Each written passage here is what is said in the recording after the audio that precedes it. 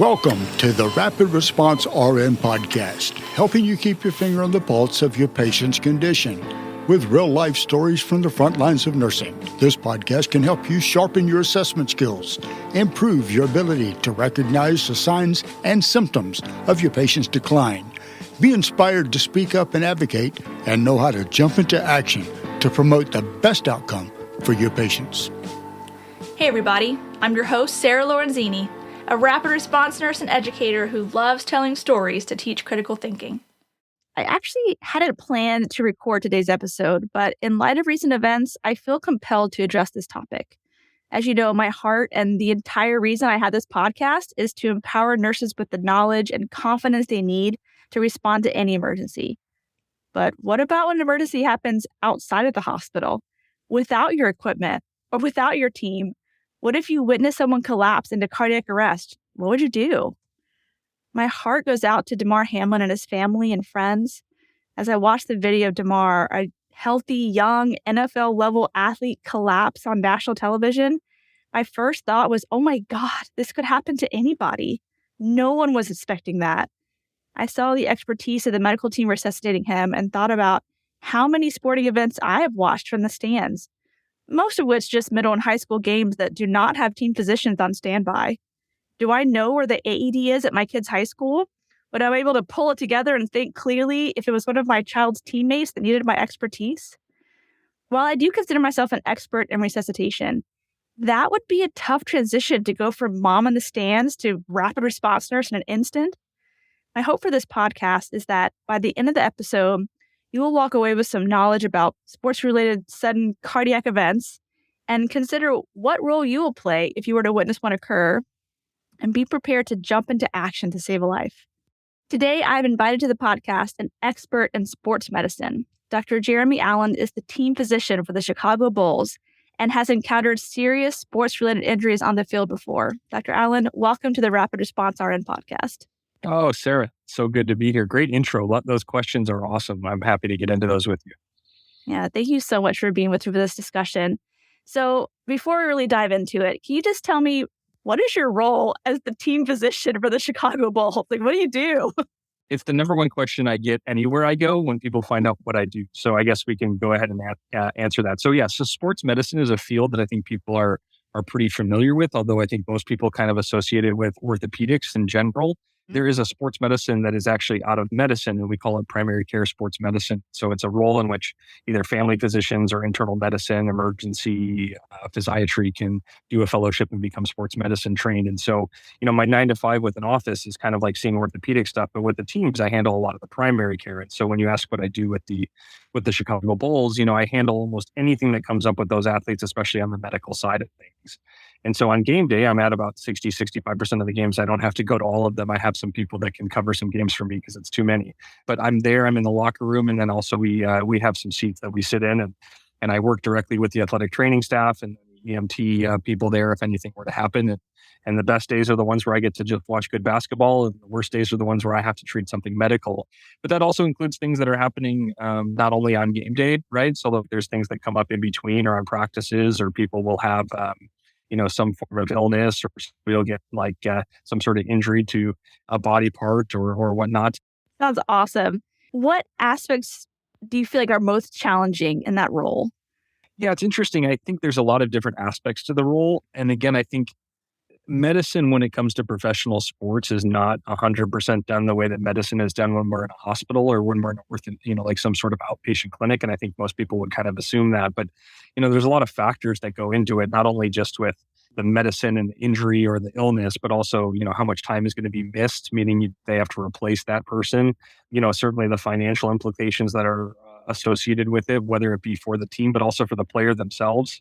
So this is, more or less in a weird way, kind of a workers' compensation kind of thing. If you think about it, this is just the same as somebody getting injured at the job who does like a labor job and says, if I don't go back to work, I can't make money, and that kind of thing.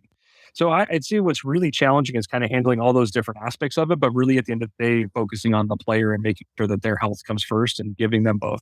This is the short term, but this is also the long term, and making sure that everybody's informed with their decision making. So were you watching Monday night whenever this happened? Yeah, ironically, I definitely was watching, but I'm actually on vacation and I'm in a Spanish-speaking country, so I was watching ESPN Deportes. And so I speak a little Spanish, but they were speaking much too fast for me to completely understand what was going on. And certainly I saw that there was an injury. It seemed like it obviously had some urgency to it, and eventually an ambulance was coming up. But I had to kind of go to like social media to figure out actually and watch the play like in slow motion to kind of get an idea of actually what was going on because I just couldn't keep up with the Spanish. But I did watch it live.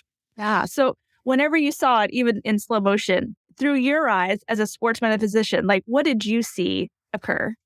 I think everybody probably listening has seen the clip. If you haven't, I'm sure after hearing this, they're going to hit pause and maybe go watch the clip to understand kind of like what we're talking about. But basically what happens and what I noticed was this player goes and makes a tackle on a opposing player. And that player seems to run pretty hard into Damar's chest, right? It hits right into him pretty hard.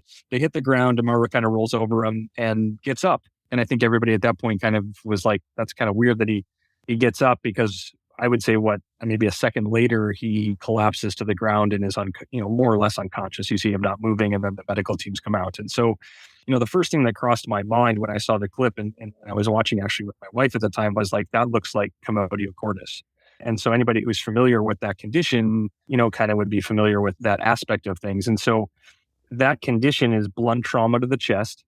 And then in addition, usually what happens at that point is the player or whoever gets hit in the chest will stand up or keep moving and seem normal for a split period of time. And then they'll pass out and then they'll lose consciousness. And it's like exactly what happened in the play. And the more we thought about it, and I've had conversations with people, I don't know if I've ever seen it in NFL football before. And I'd have to go back through the usually baseball, right? Research. Right. So I've seen it in baseball, like a pitch hitting a chest. In fact, when I was in Little League, there was a player in our Little League. He was not in a game I was at who was hit in the chest. And this was, I'm dating myself, but it had to have been 20 plus years ago. And he was hit in the chest and he had Commotio Cordis. And luckily, think about back 20, 25 years ago, like AEDs and stuff were not really talked about as much as they are now. Right. And so luckily in the stands was a police officer who had a kid in the game and had an AED in their car and actually saved this kid's life. Oh my gosh. That's an awesome story. It's a huge story. And the weird thing about it was like at that time, nobody ever talked about this stuff. AEDs weren't really talked about. So it became a big conversation in my community, but like it took a long time for this to grow outside of that to AEDs everywhere. Right. And then the other thing, NHL hockey is another one because these guys get in for pucks all the time. Yeah. So I know I'm pretty sure Chris Pronger with that when he was with the St. Louis Blues had this happen where he took it right to the chest, a puck. And gets up and skates and then it falls to the ground and you see them trying to do rescue efforts basically out on the ice. You see them trying to run on ice to get to him. But again, like hockey and baseball and projectile type sports are certainly more common. But yeah, I don't think it's ever happened in football before. Again, it's just speculation at this point, Sarah, right? Because we don't actually know if that was the condition. Certainly there's other things that could have been going on. He could have had a pre-existing heart condition that we're not aware of, the most commonly like arrhythmias in this population, right? So, there's a famous soccer player, last name I think was Eriksson, who was recently in like the European leagues had this happen where he was just on this, like walking on the pitch and just collapsed and fell over. And he had an arrhythmia, I'm pretty sure, because he ended up getting a defibrillator placed in. But it was not the same thing. He didn't have contact or anything like that. And then the most common thing that we look for in professional sports in the United States is hypertrophic cardiomyopathy or HCM. Most of the time, and I'm actually not 100% familiar with NFL guidelines on this or what they do for screening. I know that in my leagues, we do a lot of cardiac screening. We're looking for hypertrophic cardiomyopathy. So a lot of times that stuff's kind of been at least looked at before these players have been on the field. And in addition, they usually played college and a lot of the colleges are looking at it too. So again, it's all speculation, but that certainly looked like Commotio Cordis to me. So for the couple of my listeners who are not nurses, mostly like my stepmom, she's awesome. What exactly is happening? Like, can you talk through the whole PQRST and RNT phenomenon and kind of explain that a little bit? Yeah. So mom, what happens in this case is that the projectile or whatever, the human body takes contact to the chest and, the heart itself is a muscle that is then controlled by electricity, conductivity through the heart, right? And so that's what creates your EKG with your P wave, your QRS, and then your T wave. And so the vulnerable spot is between the QRS and the T. And if you get hit in that split instant between those two, so basically after the ventricles have contracted, but as they're kind of like expanding, if you get hit right at that time, it can cause this to happen. And it's not 100%, right? So not only do you have to be hit right at the exact moment, like that time, but even in that case, it doesn't always cause the problem. So it's a pretty rare condition. And the way that one of the most famous study on this was kind of brutal if you think about it, but they took pigs and put them into like harnesses, and they actually fired projectiles at the exact time of the QRS to T wave. And they showed that the EKG would go into like almost like a VFib at that point, and because they could time it up perfectly. So, not great from an animal rights perspective, but in terms of like understanding the concepts, that's kind of our knowledge behind it. Yeah. For my listeners that are still trying to wrap their head around it, think about the reason why we don't defibrillate patients who have VTAC with a pulse. We do synchronized cardioversion because we don't want to accidentally fire the electricity at that T wave when the heart's trying to reset itself. The heart will usually go into torsades or VFib in response to that. So with synchronized cardioversion, the defibrillator itself actually waits, like senses for the right time to throw electricity safely in, not to make the rhythm worse than it already is. So that's basically what happened to Damar. He was hit with a jolt. It was a helmet at just the wrong time and threw him into an arrhythmia that caused cardiac arrest. Right. And again, we should say all that speculation. Speculation, right? So right. If that is what happened, that is what happened. But no, that was a really good description of what happens there. So as you are approaching the fields, I know when I run into an emergency, my mind is just racing of like all the things I need to do. I'm scanning the room, making sure I have who I need, what I need to resuscitate the patient. I'm running in my head through all the different differential diagnoses. So when you see a player collapse in the field, what goes through your head as the physician as you're running out to the field to figure out what just happened? Yeah, I love this question you're asking me because I really think it blends what I do and what you do together, even though they're not in the same environment. Because if you go back to my early training, I trained at a hospital where, as the family physician, I actually ran all the codes. So I've run a lot of codes in my life. And in reality, kind of like the same principles that go into that are what you use on the field. You just have to remember that even though the environment's different, it's the exact same phenomenon. So I've been involved actually in a couple situations like this. And so when somebody collapses on the field, as the physician, oftentimes I'm not the first one there. You think about it, most of the time it's an athletic trainer that is heading there. So if you want to use the analogy for you guys, a lot of times the physician's not the first one to the code. A lot of times the nurses, right, are the ones that are there and kind of doing the assessments. And so, by the time I get out there, the athletic trainer kind of has already started assessing and basically would say something effective like there's no pulse, or we could recheck that, or that kind of thing. But the most important thing, and the thing I always remind myself and everybody listening, I would remind is like to take your own pulse. I know that gets said all the time, but like you have more time than you think. You take a deep breath. You have to kind of assess the situation and make sure you're not missing anything. And so I usually take a deep breath. And then at that point, I'm saying, okay, does this person have a pulse or not have a pulse? Because that changes everything, right? Absolutely. The pathway is just going to completely change. And so I was a part of a pretty well publicized phenomena back with the Chicago White Sox a few years ago, in which a player had a brain aneurysm. Actually happened after he pitched an inning. His name was Danny Farquhar. This is all over the internet. And so I'm not giving away any information that wasn't already out there. But I was the physician on call for that. And so when I came out to the dugout, he was unconscious, actually kind of snoring, unconscious.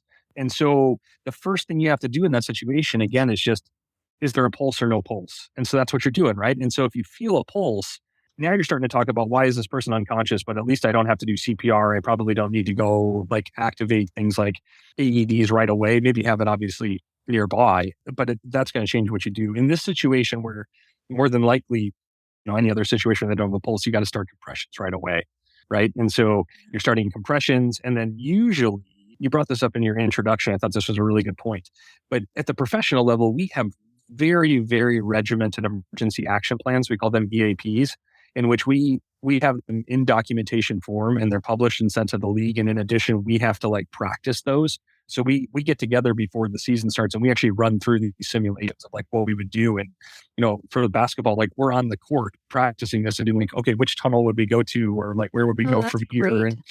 Right. And so like EMS is always in the same position at every stadium. And so the stadium itself has, its own emergency action plan. But you mentioned like, this can happen in a high school game, right? So if I'm going out, I don't feel a pulse, you're basically enacting EMS. So if you have emergency systems, so I'm at the football game or I'm at the NBA, I'm holding up my hand, or the athletic trainer's holding up their hand to bring out the ambulance to activate that. You start compressions, the AED's right there, you throw the AED on. I've been going for a while here, but the thing to remember is in this population, and I think what's really interesting here is that this is a young, healthy population, right? So this is going to most of the time be cardiac arrest, not a myocardial infarction, some sort of heart attack, some sort of atherosclerosis, some sort of thing that we see sometimes when our 50, 60, 70-year-old patients are, like have cardiac arrest. Most of the time, this is either, we've talked about Commotio Cordis, but this can be some sort of arrhythmia, like Wolf Parkinson White, or some sort of AFib or like atrial thing that they have going on. It could be, like if they're from Italy, the most common thing is ARVE, which is another common thing that happens, and that can be what causes it. Hypertrophic cardiomyopathy is probably the most common thing that happens in athletes and has been well publicized. And so at the end of the day, you got to get the AED on because the vast majority of the things in this age group are shockable. Yeah. And so unlike, again, when you have 50, 60, 70-year-olds who don't have a pulse, most of those are probably not shockable. They don't have a rhythm. They're asystolic, and you got to do compressions. The vast majority of this age group is shockable, and that's why the AEDs are so important because you can bring them back.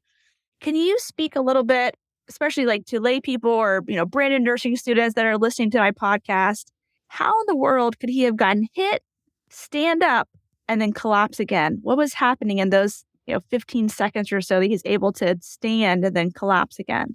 Yeah, the magic word is perfusion, right? So basically the brain is the important organ and it's getting oxygen. And so because of the way that this condition happens, if that's what happened, is he's still perfusing his brain for those few seconds when he stands up because the arrhythmia itself is causing the heart to not be able to pump blood well enough to the brain. But it didn't happen right away. He took the blow and it caused the electricity to go off. And so it's almost like a car that's out of gasoline in a weird way. Mm-hmm. Like it doesn't just still got a little more juice left. Yeah. Yeah. So it doesn't just go from going to dying. It kind of putters a little bit. Right. And so it's kind of like that stand up putter and then it goes out. Gotcha. Yeah, I know that was a big shock for everyone. You think, oh, okay, he's up. Oh, no, he's down again.